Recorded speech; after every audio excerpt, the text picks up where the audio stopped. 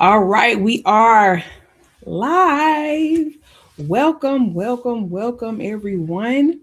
We are live and we are discussing our Genesis genealogy today. You all know that we are on a path so that we are walking through Genesis one chapter at a time every week this year. And so this week we are on Genesis chapter 5. Remember that we're reading in the NLT. Um, but I just wanted to make sure that as we go into chapter 5, we have a good understanding and a recap from previous. So, just quickly, I will do a previous recap of the first four chapters. What we walked through so far is Genesis 1 and 2. Chapters 1 and 2 are the account of the 7-day creation period. Yes, creation happened in 7 days. Do not let them fool you all, thinking that the earth is all these millions and billions of years old. When creation happened in 7 days. Then in chapter 3, we got into the fall of man and how all of those things transpire in the garden. And then in chapter 4, we went into Adam and Eve's children and their descendants, and we started with Cain and Abel, and we walked through that. So it is important that if you want any old information, that one, you read the Bible for yourself, because I am not here to tell you that, oh, you have to listen to me. You need to read the Bible for yourself. As you read the Bible for yourself, having an additional, almost commentary, I would call this, you would be able to see some of the things that I am saying, because we walk through so many details, especially in Genesis 1. I mean, every week we're walking through like verse by verse. So if you miss anything, you need to go back to those old links on YouTube. On my channel, if you're joining me on TikTok, you just go to my profile. It will take you over to my YouTube channel, and you need to double click the profile, by the way, and you need to catch up. If you are watching this and you have not seen 1, 2, 3, and 4, you're gonna go to want to go back and make sure that you're getting all the tidbits. But the people who are missing the most information are those who are not subscribed to my email newsletter, because I am sending out every Friday a recap email with the link to the study guide. The study guide is giving you the extra notes, because if you want to study, if you're going to be a true disciple and you're going to follow, you need to study the word. And so someone suggests I do a study guide, so it is available. And for this week in particular, you are going to need to access the study guide when we get through the genealogy, because you're going to be like, whoa, Jessica, that's a lot. I need a timeline. I need to see what you're talking about. I need to see what you're looking at. So that's just a recap. So right now we are in talking about the descendants of Adam. This is starting from the beginning and it's going all the way through. So it's going through Adam's lineage. The thing that people skip the most in the Bible is the genealogy. They love to skip over the genealogy of Jesus. They skip over the genealogy of Adam. They skip over, several chapters that kind of go through names. And sometimes it's because it's hard to pronounce. Other times it's just like, oh, well, it's just names. The genealogy is critical in understanding how much time is one passing by, because God gives the age of each person, which I think is beautiful, to disprove this whole millions of billions of years thing. Um, and it's critical in understanding who is in the lineage of Jesus and how God uses different people to redeem his name, to redeem his people, to redeem his, not his name as in he did something, but just to remind people of who God is. So we're going to jump into it per usual. And let's share my screen so we can go to Genesis chapter 5. If you have your own device, you'll want to turn, I use Bible Gateway. So you'll want to go to the NLT version or whichever one you prefer. So let me just click. Okay, here we go. All right, so we're going to read through. And this is just a one-time read, and then we're going to come back up to the top and we're going to take it verse by verse. All right. Now, Genesis chapter 5, the descendants of Adam. It says, this is the written account of the descendants of Adam. Now, just FYI, before this last week, we finished up with the descendants of Cain. And so now it's kind of going, and then who Seth's descendants were. So now it's going to descendants of Adam in general. All right, it says, this is the written account of the descendants of Adam. When God created human beings, he made them to be like himself. He created them male and female, and he blessed them and called them human. When Adam was 130 years old, he became the father of a son who was just like him in his very image. He named his son Seth. After the birth of Seth, Adam lived another 800 years and he had other sons and daughters. Adam lived 930 years and then he died. When Seth was 105 years old, he became the father of Enosh. After the birth of Enosh, Seth lived another 807 years, and he had other sons and daughters. Seth lived 912 years and then he died. When Enosh was 90 years old, he became the father of Kenan. After the birth of Kenan, Enosh lived another 815 years, and he had other sons and daughters. Enosh lived 905 years and then he died. When Kenan was 70 years old, we're on verse 12, he became the father of Mahalalel. After the birth of Mahalalel, Kenan lived another 840 years and he had other sons and daughters.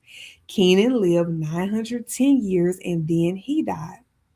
When Mahalalel was 65 years old, he became the father of Jared. After the birth of Jared, Mahalalel lived another 830 years and he had other sons and daughters. Mahalalel lived 895 years and then he died. When Jared was 162 years old, he became the father of Enoch. After the birth of Enoch, Jared lived another 800 years and he had other sons and daughters. Jared lived 962 years and then he died. When Enoch was 65 years old, he became the father of Methuselah. After the birth of Methuselah, Enoch lived in close fellowship with God for another 300 years, and he had other sons and daughters. Enoch lived 365 years walking in close fellowship with God. Then one day he disappeared because God took him. When Methuselah was 187 years old, he became the father of Lamech.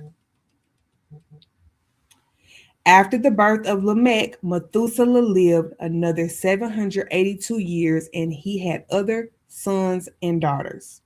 Methuselah lived 969 years and then he died.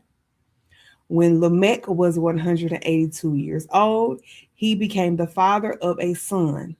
Lamech named his son Noah, for he said, "May he bring us relief from our work and the painful labor of farming this ground that the Lord has cursed." After the birth of Noah, Lamech lived another 595 years and he had other sons and daughters.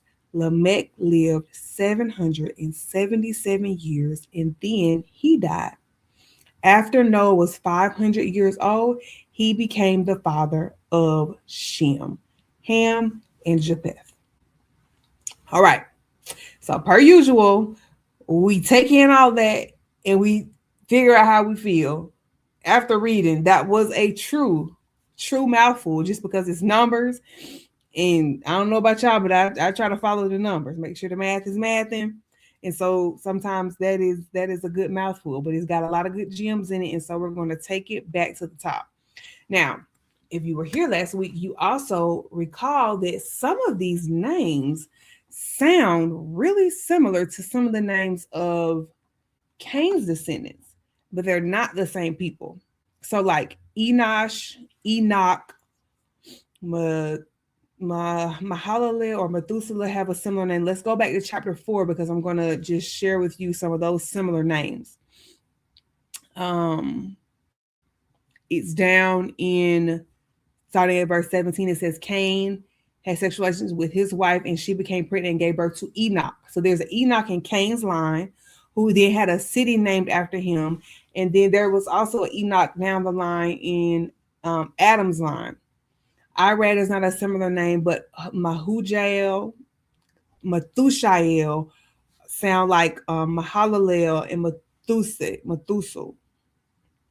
Lamech is another name that is also in Cain's line and in Adam's line, not the same person. Same name, not the same person. Now, remember when we ended in chapter 4 last week, I was sharing with you all how it gave the um, blessings, I guess you can say, that flowed from the different lineages.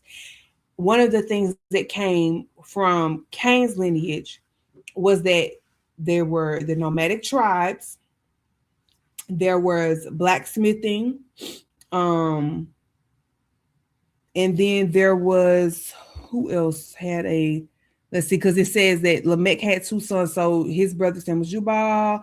Oh, the harp and flute, that's right. Someone who played the wind instruments. So those types of things are talents that and skills that Lamech's line, who is Cain's line, was able to develop. And the lineage that we were left off with from Seth's line was talking about, at that time, the last sentence says, at that time, people first began to worship the Lord by name. And so what you will recognize when you really compare the different lineages is there was a lineage left of Seth's line of being followers, actual followers of the Lord, and not just focusing on your own merit, your own talents and skills. And so I actually want to start off by showing you all, I'm gonna stop sharing for a second and then I'm gonna reshare because I want to show you all a video, a TikTok actual video that someone had posted. And it actually does a great job of breaking it down. So if you're on TikTok, you're gonna have to listen to the video from my phone. But this video does a really good job of like comparing the names that are in Genesis chapter 4 and Genesis chapter 5 and talking about like the meaning of names. You know how people get wrapped up in like, what does my child's name mean? And instead of the lineage that you're passing down to the child, and of course names do mean something and they are significant, but it's more of the family lineage that you're passing down, not necessarily the name that you're giving someone. So I'm going to share that TikTok real quick so we can listen to it, and hopefully it just gives a little bit of extra background to what we're discussing tonight, because she's talking about Genesis 4 and 5 and we just did that last week and this week. So hopefully you can hear this and it's going to play. It's easy to skim the genealogies and miss what scripture is actually doing, but Genesis is teaching theology through names. What's striking if you pay attention is that Cain's line and Seth's line have the same or nearly identical names. Both have an Enoch, both have a Lamech. Cain's line has a Methusael, Seth's line has a Methuselah, and that's intentional. Genesis is showing us that there are two genealogies running in parallel, almost like mirror images with very different trajectories. Scripture suggesting that humanity didn't just divide into different kinds of people, it divided into different directions of worship, especially whom and what they worshiped. The names are the same, the lives are not. Let's start with Enoch. Enoch means to dedicate, to initiate, to train, like dedicating a house or an altar or training up a child. It carries the idea of being set apart for a specific purpose. Both Enochs carried that identity. Cain's Enoch is remembered because a city is named after him. This is dedication aimed at a human ideal of permanence, legacy, and building something on earth that lasts. Seth's Enoch, on the other hand, is remembered because of how he walked with God. His dedication was not toward human permanence, but toward a relationship with God. Faithful, ongoing communion. This was a dedication oriented towards eternal life and spiritual permanence. He was so aligned with this calling that he did not even suffer a human death. Genesis is starting to teach us that what matters is what or whom you are dedicated to. Are you forging an alliance to earthly things or to God? Then there's Lamech. The meaning of Lamech's name is often debated, but is associated with strength or power. Cain's Lamech uses the strength of his words to boast, to dominate, and proclaim a twisted version of justice. He uses his strength to have two wives, and he speaks arrogantly, elevating himself, declaring, if Cain is avenged sevenfold, then Lamech, see that third person, 77-fold. In Cain's case, this protection was granted by God. In Lamech's case, vengeance is proclaimed by himself. Seth's Lamech speaks very differently. He uses the strength of his words to prophetically name his son Noah, which means rest or comfort. He looks forward with hope, saying that this child will bring relief from the curse of the ground. He recognizes the fall. He recognizes the weight of human toil. And instead of multiplying vengeance, he waits for God. And here's the striking contrast. Cain's Lamech declares vengeance in sevens, proclaiming 77-fold revenge after Cain's 7. Seth's Lamech embodies life through sevens, however, living 777 years. One multiplies wrath, the other reflects God's patience and mercy. And again, same name, but opposite theology. This is where identity and calling separate. Identity asks, what is my name and who am I? Calling asks, who am I for? Cain's line asks, what can we build? How can we secure ourselves? How powerful can we become? How do we build a human legacy? Seth's line, on the other hand, asks, how do we walk with God? How do we endure faithfully? And how do we establish a spiritual legacy? Genesis repeats the name to dismantle the idea that shared language, labels, or even a name means shared calling. You can have the same name and live a different theology. You can be from the same familial origins as another person and still be walking in totally different directions. Genesis is asking us to examine our walk. A name doesn't determine your direction. Your walk does. You need clarity about who or what you're oriented toward. The question isn't who you resemble, it's which line your life is moving in and where that walk is taking you. When we read Genesis 4. All right. So I know that probably was fast because TikTok tends to do videos that are really fast paced. I will do my best to go back to the description and add the link to that video in the description of this YouTube. So you can go back and just watch it. I don't really think you can really slow it down on TikTok, but you can watch it again so you can kind of grasp like really what she's trying to say, which is what we've already said. But I love the way that she just broke down the meaning of the names, but like how it played out differently depending on whose lineage it was under. Was it under Cain's lineage or Seth's lineage? All right, so I'm going to stop sharing that. And we are going to go back into Genesis 5. Remember, we're at the top of Genesis 5. And let me share the screen one more time. Well, two more times. So at the top of Genesis 5, it says, this is the written account of the descendants of Adam. Now, this is important that we understand that the Bible has a written account that details the descendants of Adam. Nothing changes in the genealogy, and it's proven and reflected in the New Testament. If you were to ever go back in Matthew 2, I think, and read, or Matthew 1 actually, you will read Jesus' genealogy, and it will pick up from where Jesus is and go all the way back to Adam. So this is a good proven written account of the descendants of Adam. When God created human beings, he made them to be like himself. We went through this in 1 and 2, chapters 1 and 2. He created them male and female, and he blessed them and called them human. All right, so that's how we get human beings. Now, when Adam was 130 years old, he became the father of a son who was just like him in his very image. He named his son Seth. Now, this is critical to understand because what it is telling us is that Jesus' lineage did not run through the first son, Cain. Cain, remember, got kicked out. He got kicked out of the presence. He had to be a homeless wanderer on the earth. Cain does not get the inheritance because he disobeyed God. He sinned against God, then tried to act like he didn't even care that he killed his own brother. So God took care of him and was like, yeah, no, you got to get out of my presence. So it's not Cain's lineage that Jesus comes through. It's not Abel's lineage because Abel got killed by Cain. Abel didn't even have children. So remember, Seth was born as a, I hate to say it this way, replacement for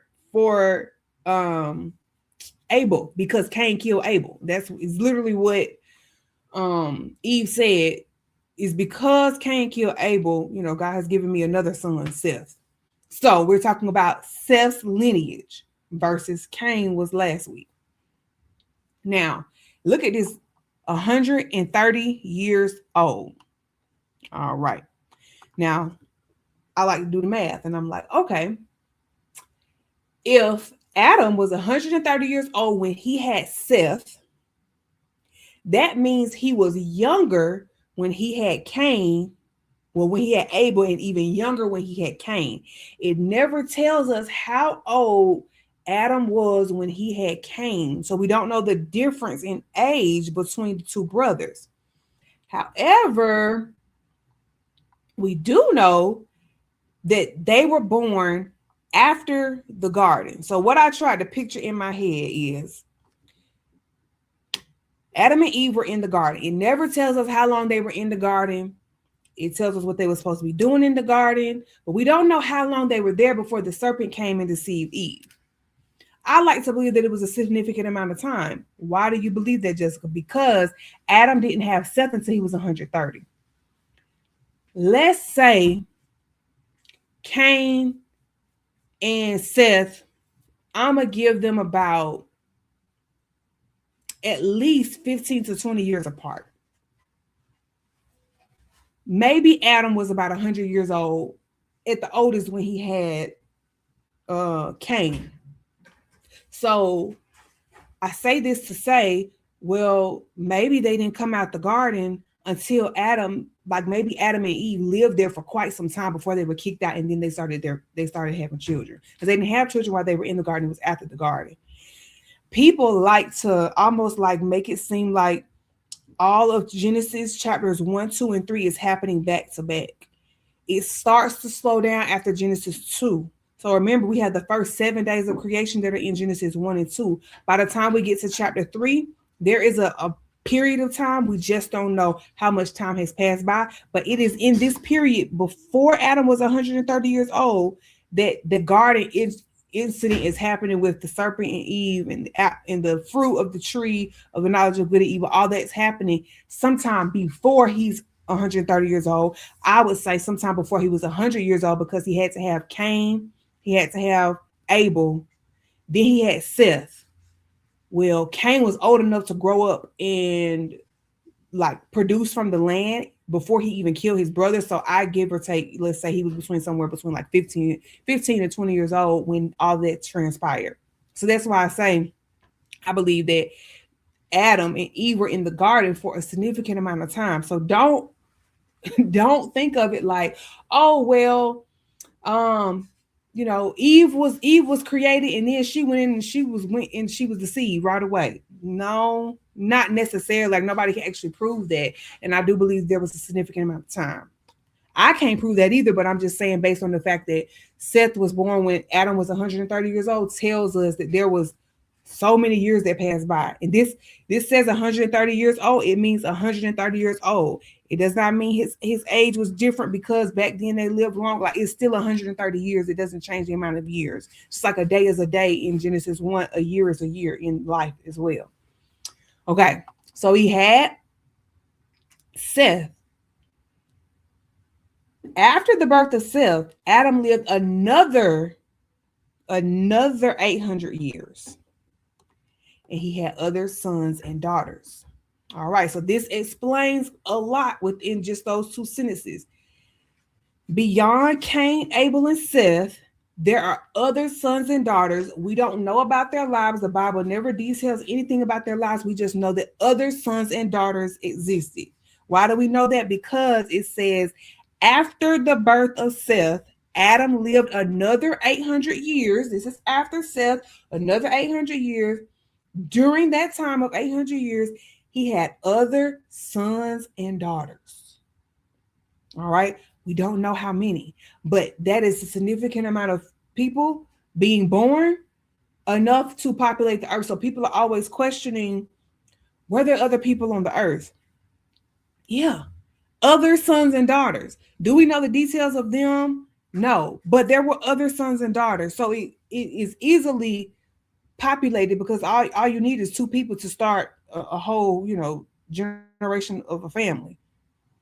Okay, so don't let people try to like what happens is the enemy will take one little thing that's in scripture and then he will call somebody to try to question it, like, oh, could this, just like he did it in the garden with the fruit. Did God really say? So what he does to us is the same thing. He says, is this really how it happened? Is this really what it is? Was it really other people? It says other sons and daughters, y'all, and we have to just believe the Bible for face value. It's not trying to trick you. It's giving you information in plain English. What we do is allow it to be morphed into something else. So in total, Adam lived 930 years and then he died. Now, in my mind, I started creating the timeline trying to figure out when all this was happening because it starts to add up the years here. So, what I'm going to do is share with you all the timeline that I made on Excel. And you will start to see how much time is passing in the earth, like how old the earth is, because the earth is just as old as Adam is. He was only six, he was born on the he was made, I'm sorry, on the sixth day of creation. So is essentially they're the same age. And so I want to share with you because the years start to pile on, and I want you to see when was somebody born and how long they lived, and then like how old the earth is at the same time. So give me 1 second. Let's see if this will work just fine on my. Okay, I'm gonna have to share my entire screen. All right. So I'll minimize myself. I'm going to share my spreadsheet. All right. So what we have on the left side of this spreadsheet, and I'll come periodically in and out of the live so I can see if there are any comments or questions. What we have on the left side of this spreadsheet, and this is what I'm going to put in the Bible study guide tomorrow, no worries. Adam, Seth, Enosh is going to go in order of all the births. The timeline is at the top, the years. I did it in decades. So 10, 20, 30, 40, right? So what we have here is Adam. When Adam is 130, Seth is born. I put 130 next to it so we will remember always it's following what the word says. Seth was born.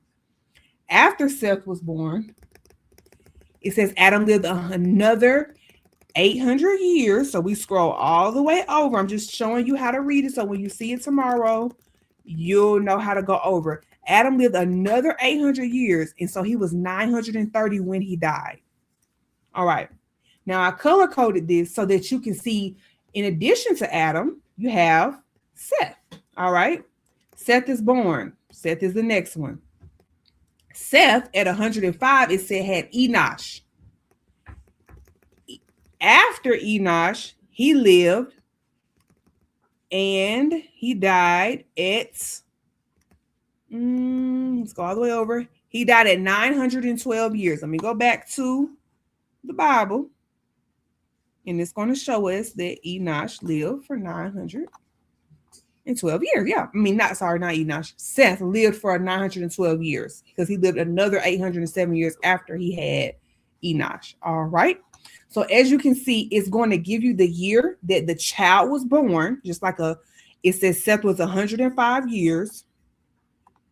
But what year was that? All right. So this is when the whole timeline of the Bible starts to come into play of like how old the earth is at this time. By the time Enosh is born, Seth is 105. The world and Adam are 240 years old. That's how the math works.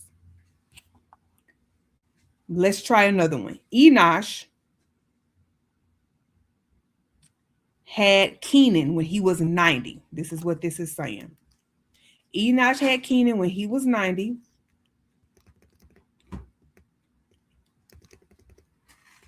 And Enosh lived until he was 905 years old. Now, what you will see that I did, just so people could follow how people were aging, is I added extra years in the middle. So you'll see Kenan was born when Enosh was 90.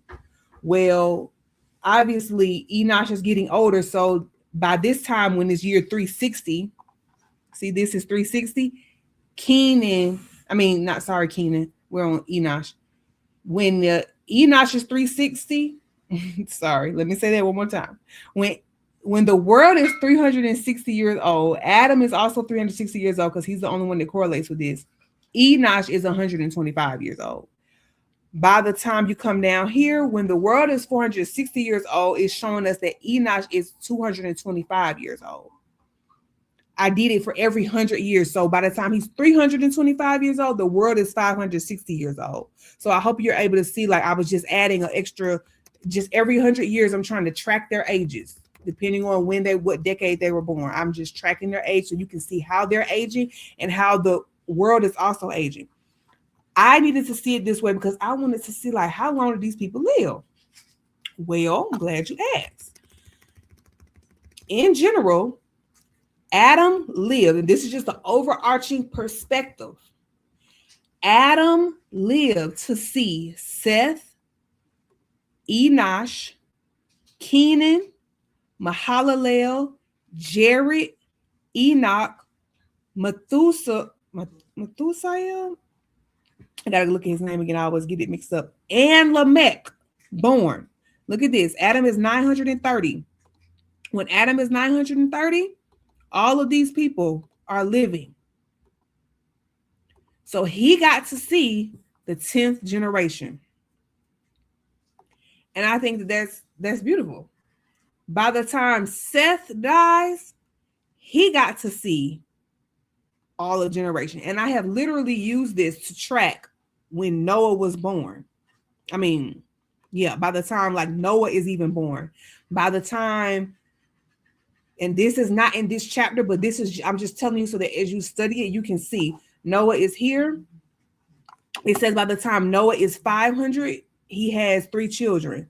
Well, by the time he has those 3 children, all of his previous descendants have died. So that's just how this works. I hope and pray that this is going to be helpful for you all to see it visually, because as I read it, I'm like literally over here doing the math. I'm like, okay, well, you said that Seth was 105 years old and he became the father of Enosh. After the birth of Enosh, Seth lived 807. So if I add 105 and 807, I'm going to get 912. So I like to fact check the Bible. I want to make sure that the maths. So that checks out. So all of these I did the same thing for. When Enosh was 90 years old, Enosh lived another 815 years. He lived for a total of 905 years. When you add 90 and 815, you get 905. This is a plug. When y'all have children who are the age of like 2nd grade and they can add, a few digits, this is a great activity to do because you can do addition and subtraction with this. You can have them add the time when this person was born and how many more years they lived, and then how old should they be when they die. So they can like verify and go, and it kind of gets them be able to read scripture and do math. Like, who knew so much math was in scripture. Kenan was 70 years old, became the father of Mahalalel. I had to slow it down because those words, those M words are bigger. Same thing with Kenan. Mahalalel was 65. And then he lived another 830 years, 895. Now, what I also pay attention to is how old were they when they had children? And you can see that it actually decreases from Adam. Adam was 130. Seth was 105. Enosh was 90. So it drops even more. Kenan was 70. Mahalalel was 65. Then there was something different. Mahalalel had Jared, but Jared was 162 years old. So there's like this big gap. It like jumps way higher. Enoch was 65 years old when he had. So something is happening here when it's telling us that Jared was 162 years old, because nobody was that old having children. I know 130 was old for Adam, but it's not really old because they live so long. So I think that's interesting too. And this is something else you can do like math-wise for yourself or with your children to like graph how old were people when they had children and how old were people when they died, so they can kind of see like on a graph like how the numbers flow. And this is just a good way to interact with the numbers. Now, this is some people's favorite person in the genealogy. Enoch was when Enoch was 65 years old, he became the father of Methuselah. Now, these are 2 important people. You'll see why. After the birth of Methuselah, Enoch lived in close fellowship with God for another 300 years. and he had other sons and daughters. Enoch lived 365 years, walking in close fellowship with God. Then one day he disappeared because God took him. Now, there's a lot that's important in this part. One, remember the lineage that it left us off with in chapter 4 was they began worshiping God by name. This is talking about a legacy that Seth's lineage had. That's what the girl in the video was also referring to. By the time it gets to Enoch, it's in such a strong legacy that Enoch himself has lived in close fellowship with God. It says walking in close fellowship with God to the point where he did not die. He disappeared. God took him from earth to heaven. He never died. It's like, and then he lived 365 years. There's got to be some type of like critical, meaning behind 365. I mean, that's the 365 is a complete year.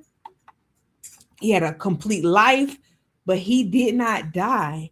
And that is kind of like a mind-blowing thing. I guess maybe he became an angel, or he became used for some like special assignment in heaven. But that is so interesting that he did not die. I think he's the only person in the Bible that does not actually die, but God takes him. That is a, you know how close of a fellowship you need to be walking with God, in fellowship with God, in order to be taken by him. He said, this is you, it's so great, I need you here with me. It's like, that's like what I'm imagining God saying, I need this consistently. I need you up here. You down there, you done did your thing, you done 65, you had children, but I need you with me. Now, Methuselah is his son. So I find this interesting that this is back to back. This is how we talk about lineage. And let me see. Enoch would have been the 7th. Hold on. Let me go back to my spreadsheet because I think Enoch is 7, but I don't want to speak ahead. So, yep. Enoch is the 7th generation. I know this says 8 right here, but it's because the timeline takes up the first one. So Adam, Seth, Enosh, Kenan, Mahalalel, Jared, Enoch. Enoch is the 7th generation, and we know that 7 represents perfection and completion. So all of those like numbers and meanings are really adding up for Enoch here. So somebody who understands that, because the Hebrew is represented in, it's an alphanumerical language. So the alpha is in letters, mean like have numbers, and kind of like it's a code, if you will. Somebody who's good with that, let me know your thoughts on it. But like Enoch is the 7th generation. He lived for 365 years, 365 years, which 365 is a whole year. Walking in close fellowship with God. There's got to be something there. Now his son is Methuselah. Methuselah was 187 years old. I'm so curious as to why these numbers move up and down like this. But he was 187 years old when he became the father of Lamech. After the birth of Lamech, Methuselah lived another 782 years, and he had other sons and daughters. All of them had other sons and daughters. So y'all talking about, oh, this is one family having children. No. They continue to have lots of children, and then lots of children, and lots of children, and it only takes but so many years for the population to explode. You can literally Google it. I've seen videos all the time about stuff about how much it takes for populations to really explode in numbers. It only takes a few generations, because once one set of people have about like 10 children, imagine if all 10 of those children also have 10 children. Right. So it does not take long for populations to grow and for it to be hundreds and thousands of people by the time we get to Noah's day. Okay. So Methuselah was 187. After the birth of Lamech, Methuselah lived another 782 years, and he had other sons and daughters. Methuselah lived 969 years, and then he died. Correct me if I'm wrong, but Methuselah was the oldest person in the Bible, 969 years. Now, it wasn't that much longer than Jared, because Jared was 962, but Methuselah was 969. And I wonder sometimes, like when I'm reading stuff like this all together, I'm like, oh, did he get the longest life because of who his father was? And his father walked in close fellowship. So like, did he get like almost additional blessing just because of who his father was? His father didn't live technically on earth 365 years, but his father is like it's still living because he was taken with God. So he has a whole different situation. So it's like Methuselah's life was extended more because of the blessing of Enoch. That's the way I see it. But again, this is just me trying to think through like numbers. All right, then we have Lamech. Good old Lamech.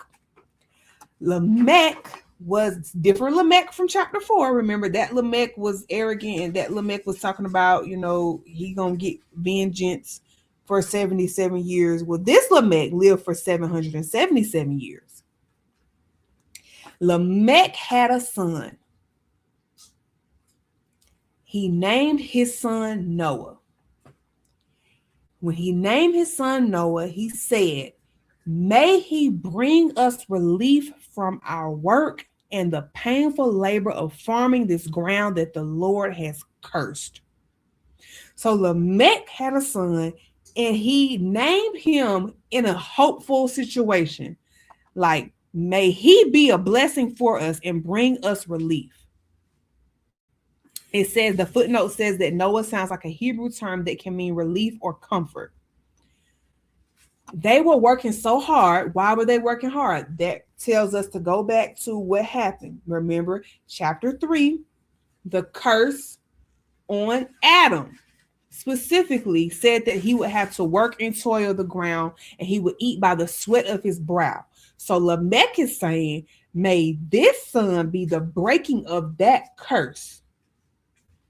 It says, from our work and the painful labor of farming this ground that the Lord has cursed. So Lamech is speaking in hope that this person will be able to break the curse. I'm not going to get ahead of myself, because next week we're going to get all into Noah, but essentially Noah breaks the curse. Of course, not on his own, but we're talking about what he's able to do through the blessing of the Lord. And it says Lamech lived another 595 years, and he had other sons and daughters. Lamech lived 777 years, and then he died. 777. His grandfather, his grandfather was Enoch, who is the 7th generation. Lamech lives 777 years. So it's got to be something with these sevens and these numbers. And Lamech births the 10th generation, which is Noah. Now, we think that people were old at 187 years old having children. Noah was 500 years old, and he became the father of Shem, Ham, and Japheth. It does not say they are triplets, but when I read became the father of 3 people, and it does not separate them by years. It doesn't say then this person, then that person, as it does in other, like if you look at other verses, it will say they had this son and then they had that son.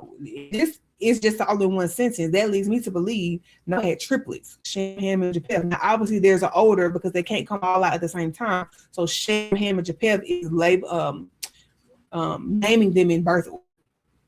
But I don't have proof, because, like, let's say for Jacob, no, not Jacob. Yeah, Jacob and Esau situation, it literally says twins. It tells us they're twins when they're in the womb. This doesn't say that, but the way you have to just go with the way it reads, and to me it reads like they are triplets. So somebody knows something about these numbers. These numbers are critical. I want to show you the spreadsheet one more time so that you can follow it. When you do spreadsheets, you can freeze the paint. So you can actually freeze this paint on this one. I have it frozen. On the one you get, it won't be frozen. You can manipulate it yourself.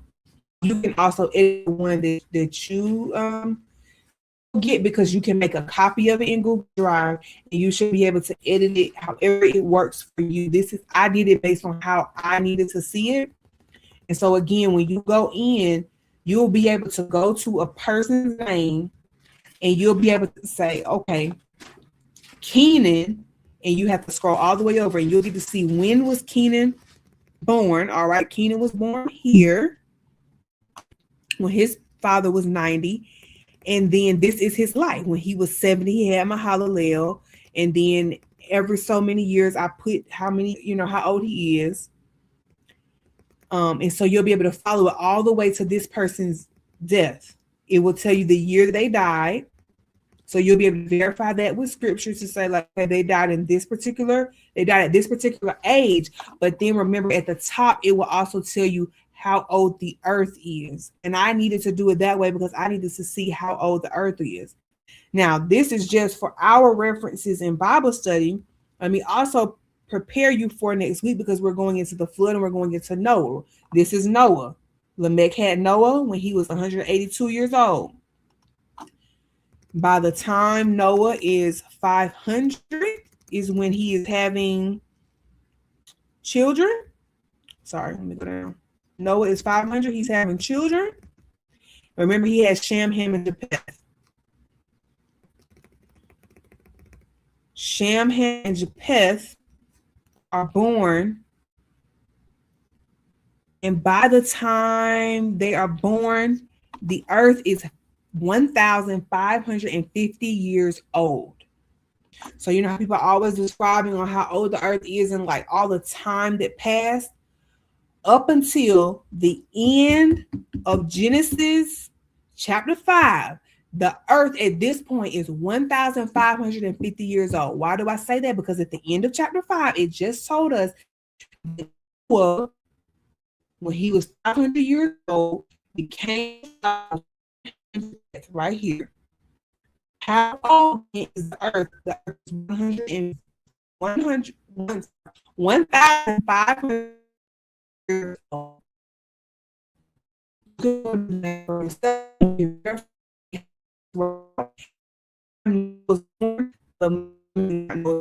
The time Shem was still alive, but they were about 687 and about like maybe like 10 years. I have to do 10 years. 13, 23, 33.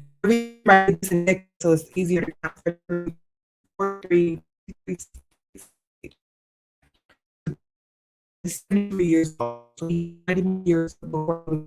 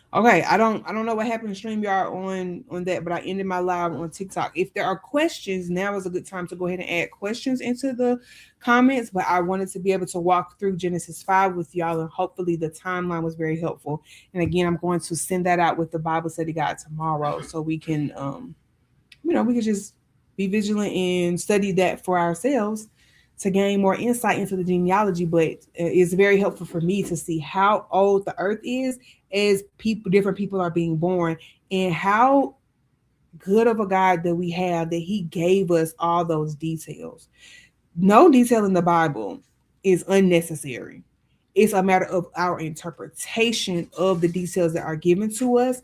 And so, how great that He gives us how old somebody was when somebody else was born, so we can like track and see all the time that's passing by. So I hope you do enjoy that little treat.